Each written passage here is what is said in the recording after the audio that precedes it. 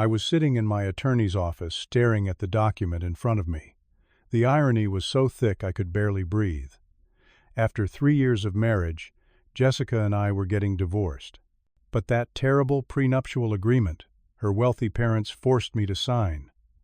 It was about to change everything in ways none of us could have imagined. Karma really does come full circle. As this crazy story unfolds, drop a comment telling me where you're watching from. If you've ever dodged a bullet in a relationship, hit that subscribe button. You'll appreciate what comes next. I was 28 when I met Jessica. I had been working as a software engineer at a promising startup for a few years. My family was solidly middle class. My dad was a high school math teacher and my mom ran a small bakery in our hometown. I worked hard for everything I had, and I was proud of that. The tech networking event where we first connected was buzzing with energy. I noticed Jessica immediately, not just because she was stunning with her dark hair and confident smile, but because of how she commanded attention in every conversation. She worked in marketing for a luxury brand, and had this effortless way of making everyone feel important. When I finally worked up the courage to introduce myself, we clicked instantly. Her laugh was infectious, and she seemed genuinely interested in my work.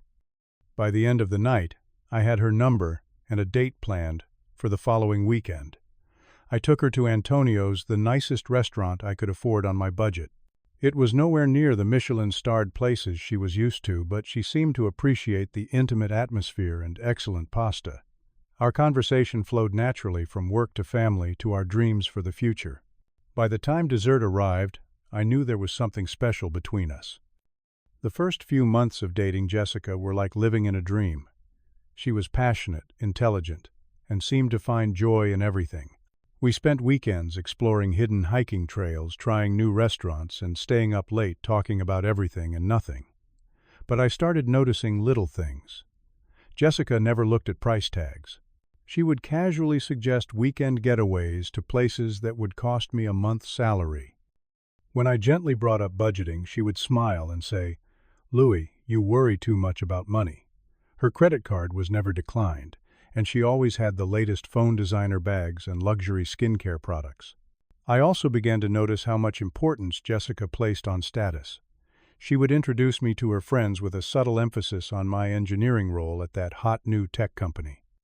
She was always asking about my career trajectory and seemed particularly interested in my stock options.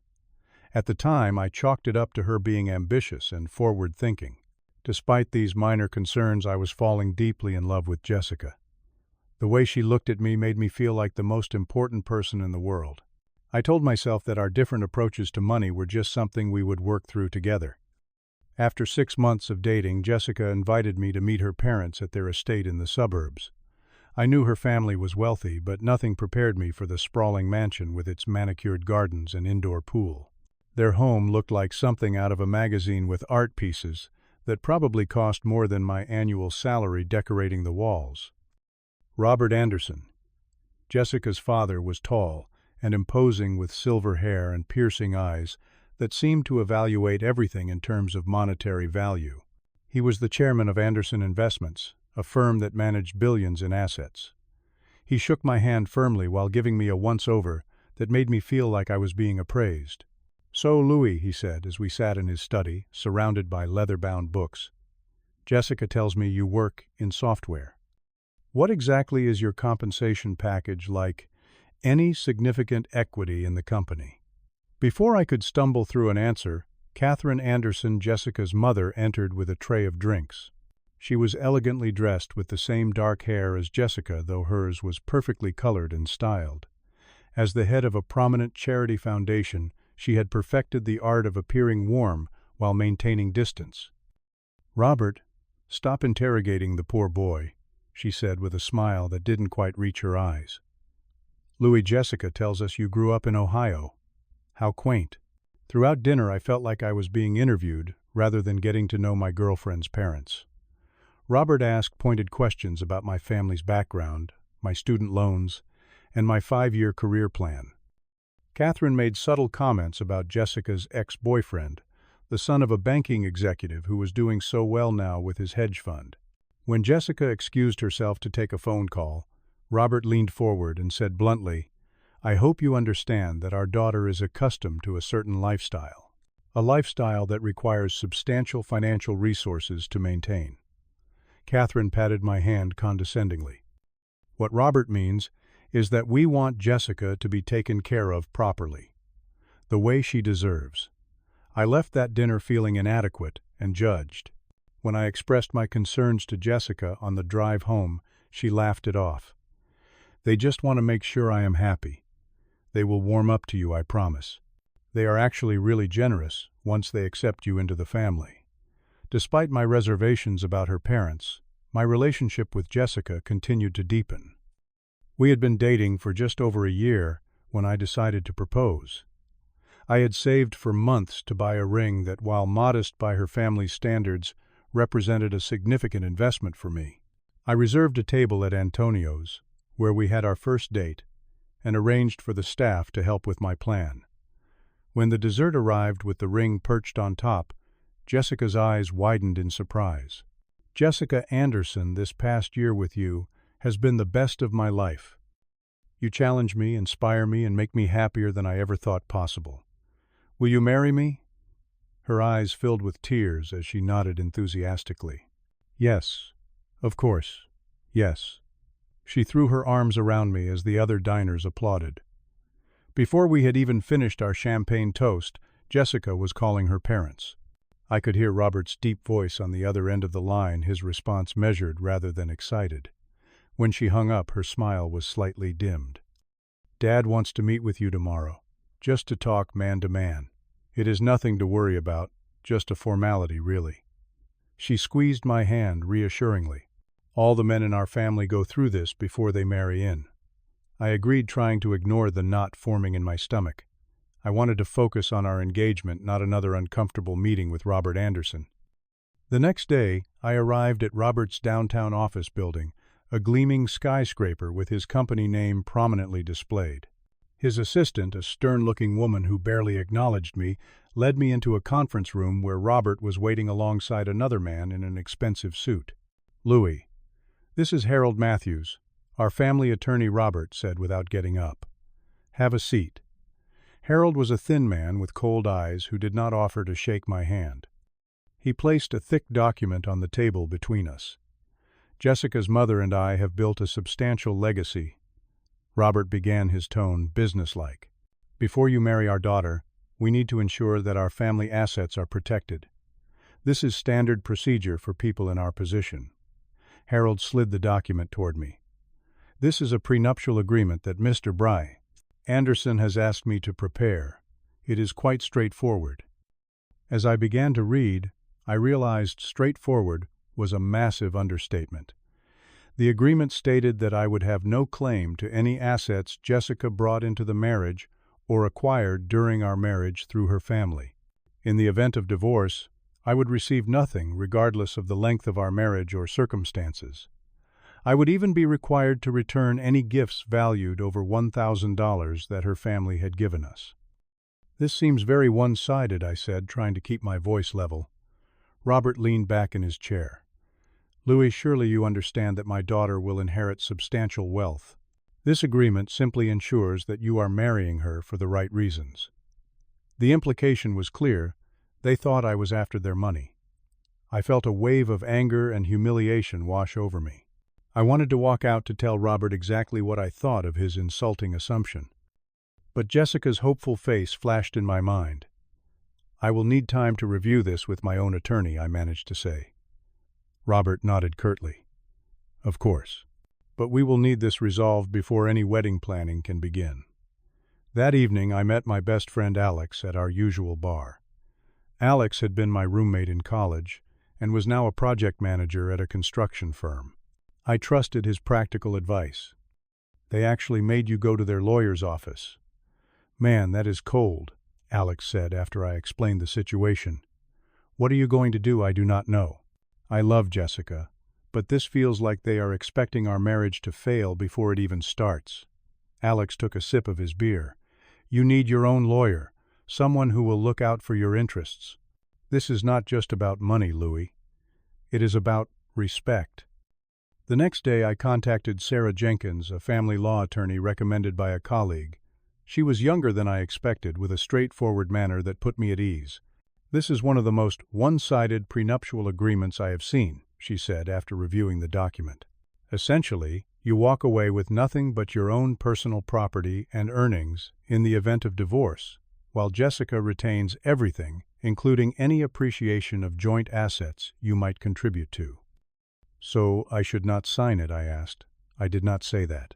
But we should certainly negotiate better terms." She flipped to the last page.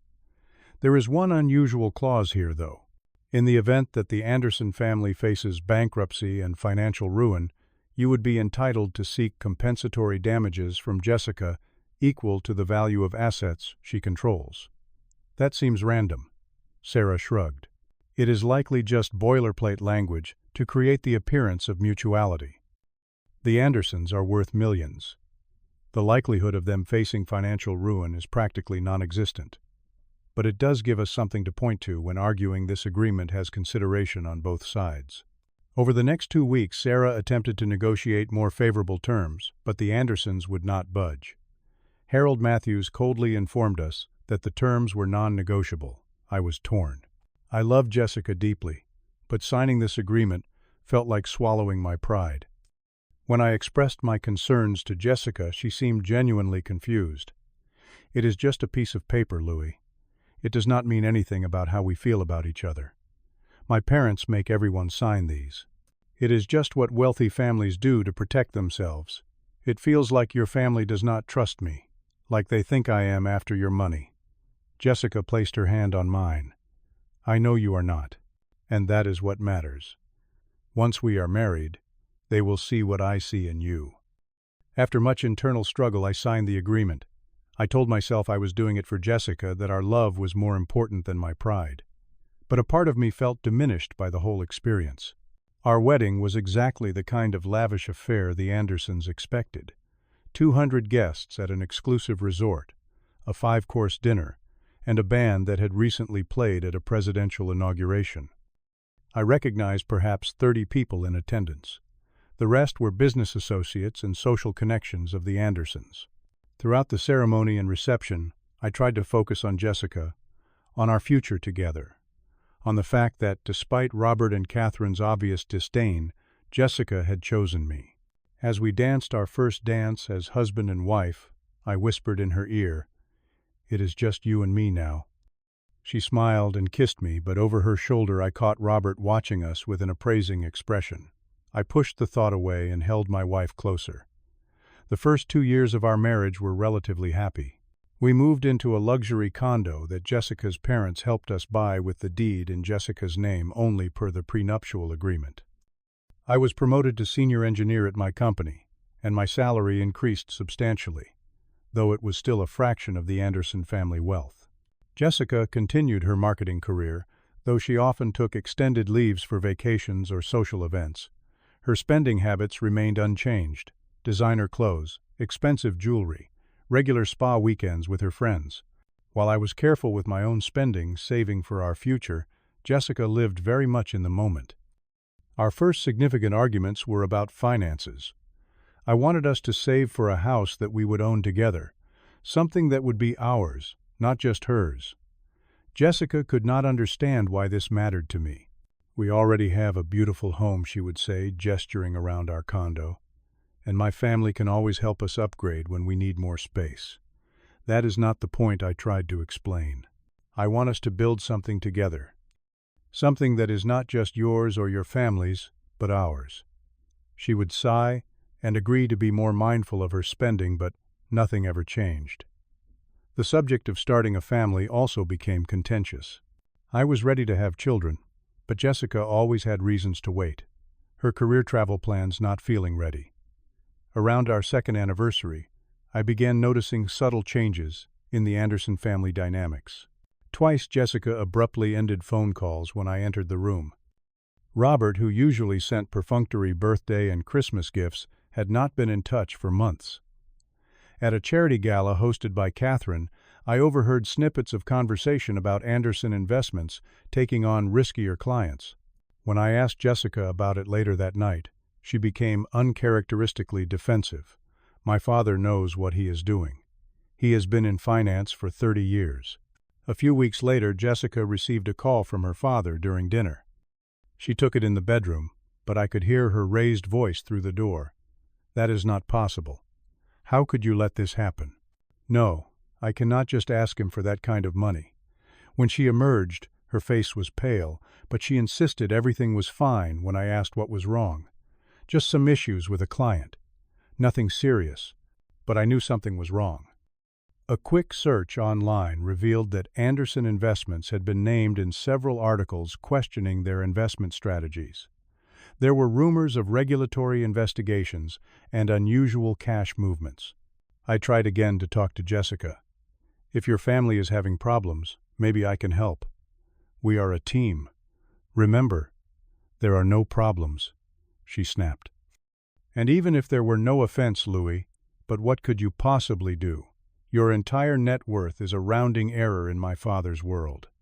Her words stung, but I let it go. Our marriage had begun to feel fragile, and I did not want to make things worse.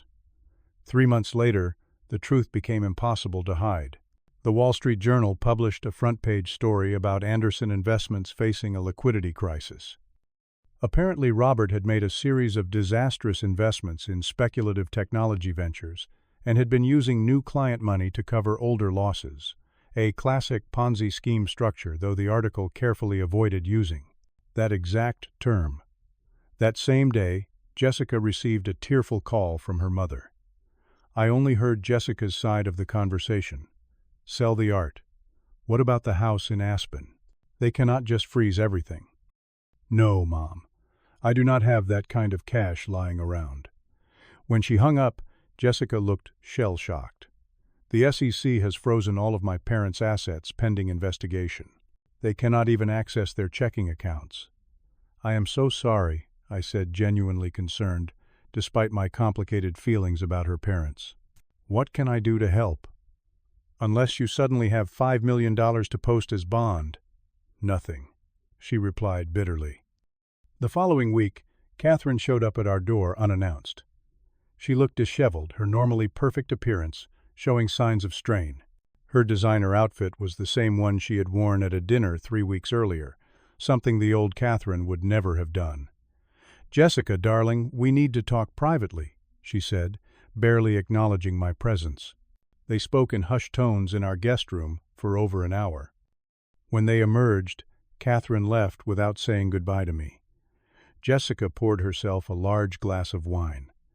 "They want me to loan them $200,000, she said flatly. "Apparently, it is the minimum they need to retain new legal representation after their assets were frozen." "Do you have that kind of money available?" I asked, knowing Jessica's personal accounts were substantial but not unlimited. "I would have to liquidate some investments my grandfather set up for me. Investments that are specifically excluded from the asset freeze." She looked at me accusingly as though I had something to do with her family's predicament. "If you were more successful, we could help them without me having to touch my trust." That was the moment I realized how deeply our marriage had been affected by her family's expectations and her own materialistic values. But I still wasn't prepared for what came next. Jessica's behavior changed dramatically over the following weeks. She was rarely home, claiming she was helping her parents deal with their legal issues. When she was home, she was distant and irritable. Our physical relationship became nearly non-existent. Checking our credit card statements one evening, I noticed several large charges at expensive restaurants and hotels, places I had never been with Jessica. When I brought it up, she dismissed my concerns. I needed to meet with financial advisors to figure out how to protect my assets from my parents' mess. It is not like we can afford for me to lose everything, too. I might have believed her if I had not also noticed the late-night text messages, the new lingerie she never wore for me, and the sudden concern with her appearance when she claimed to be just helping her parents. The final blow to the Anderson family's reputation came 3 months later. Robert's company officially declared bankruptcy.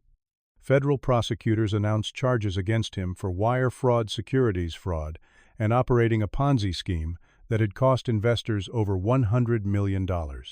Robert and Catherine were forced to sell their mansion and move into a modest two-bedroom apartment. Their social circle abandoned them almost overnight.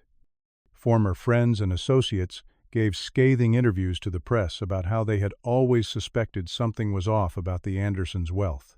Jessica was devastated, but her devastation quickly turned to anger, not at her father for his crimes, but at the unfairness of her family's fall from grace.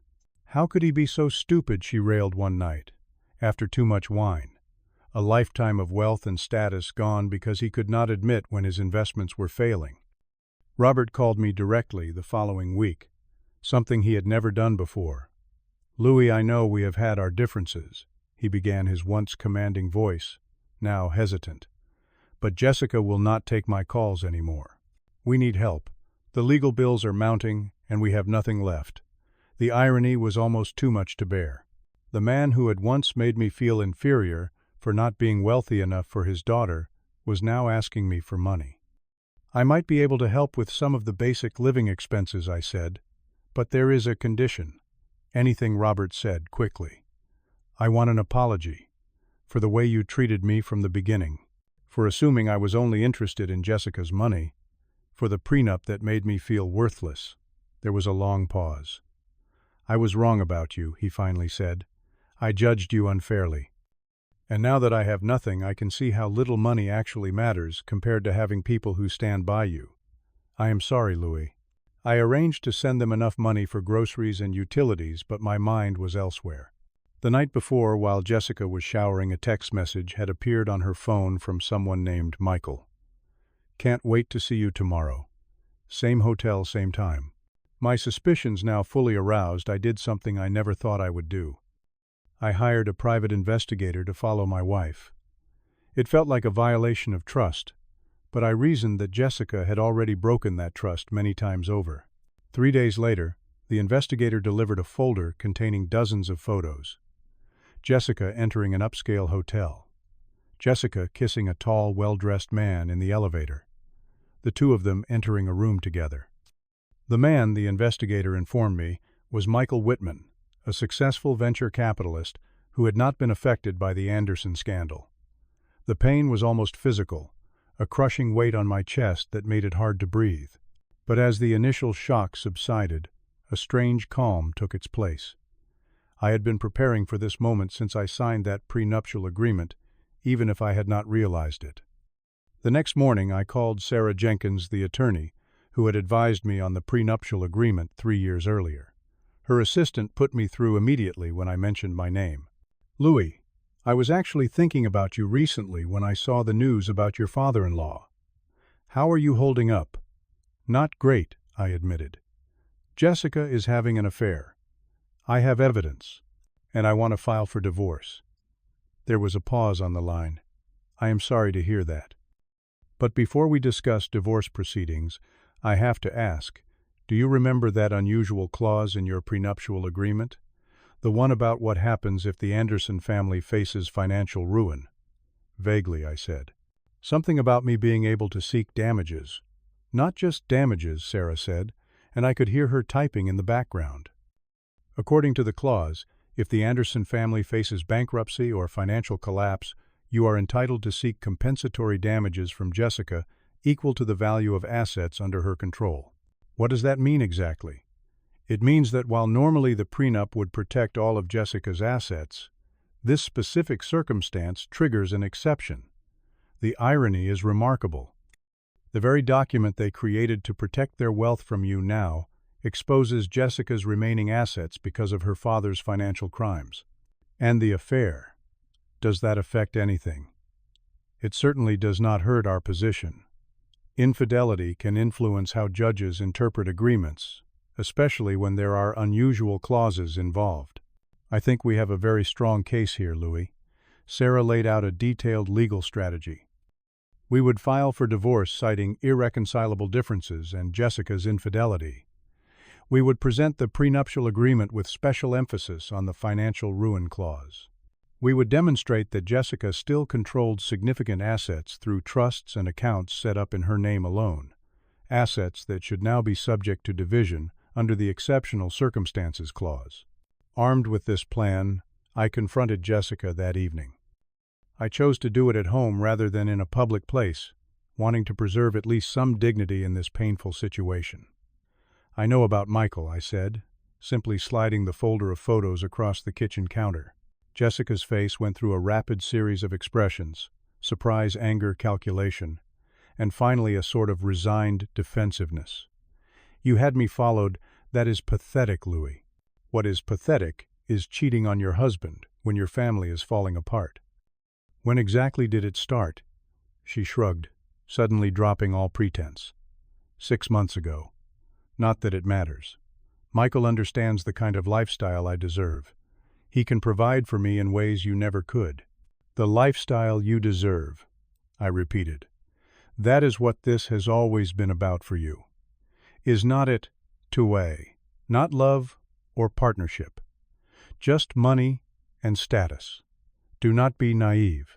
Marriage has always been about security and position. My parents were right about you. You never understood our world." She picked up her purse. "I am staying at Michael's tonight. My lawyer will be in touch about the divorce. Do not worry. I will honor the prenup. You can keep whatever pitiful assets you brought into this marriage." I let her walk out, knowing she had no idea what was coming. Her confidence in the prenuptial agreement's protection was about to be shattered, just like her family's reputation. 2 weeks later, we met in court for the initial divorce hearing.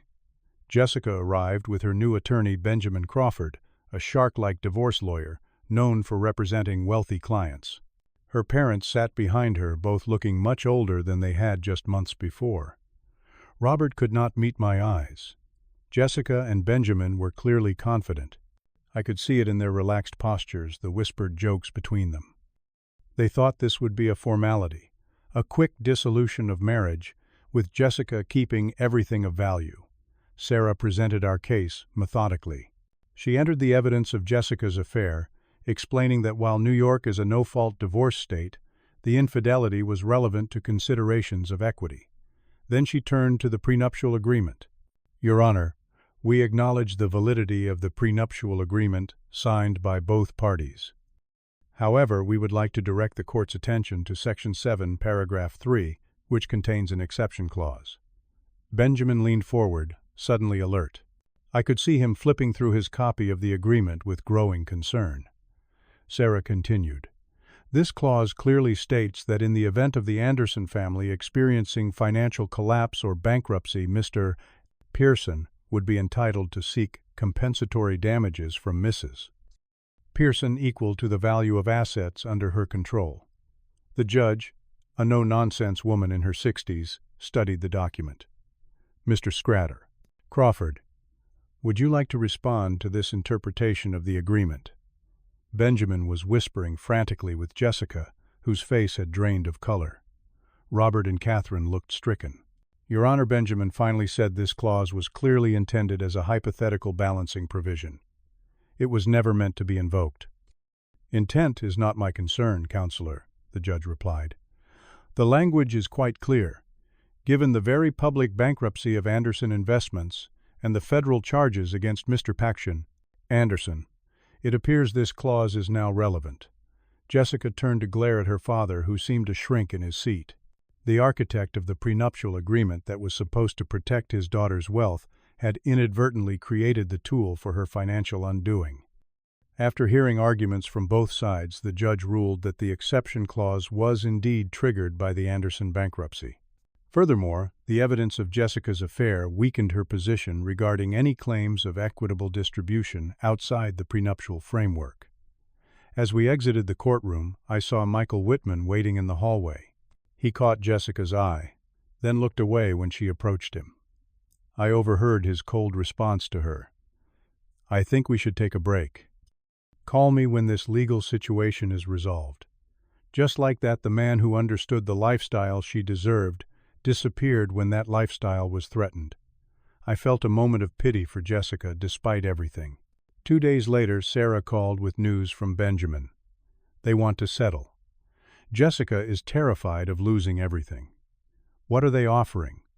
Essentially, they want to know what you want. They are in a very weak position, and they know it. I thought about it for a long time that night. I could take everything Jessica had left, the condo, her personal investment accounts, the artwork, the jewelry. I could leave her as financially ruined as her parents. It would be legal. Some might even say it would be fair. But that was not the kind of person I wanted to be.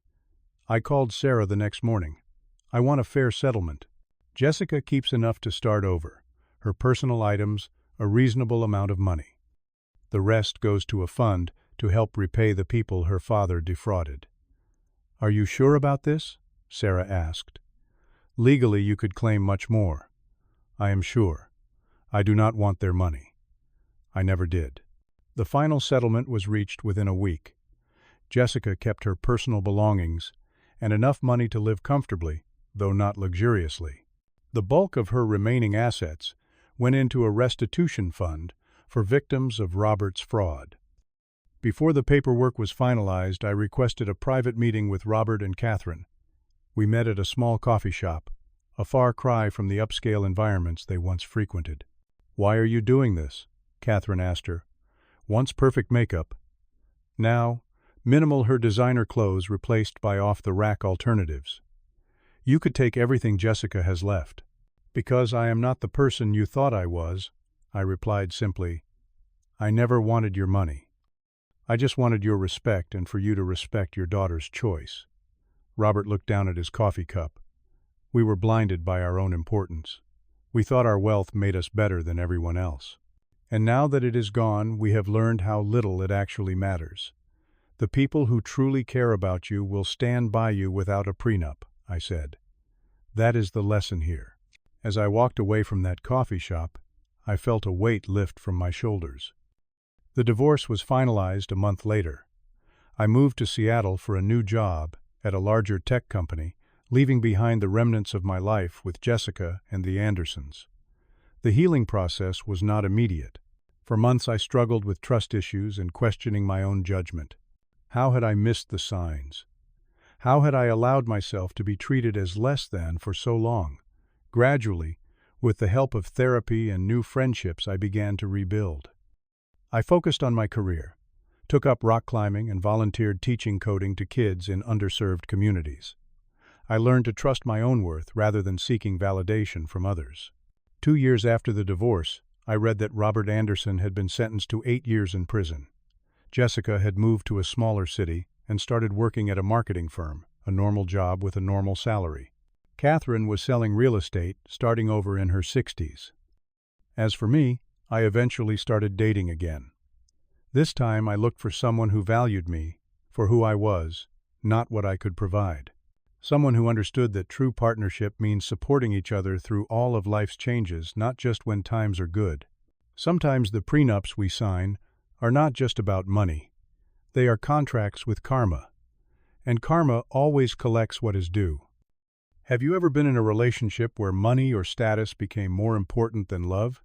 Share your experience in the comments below. If this story resonated with you, please hit the like button and subscribe to hear more stories about life lessons learned the hard way. And if you know someone who might be letting money influence their relationships, share this video with them. It might just save them from making the same mistakes. Thank you for listening, and remember that your true worth can never be measured by your bank account.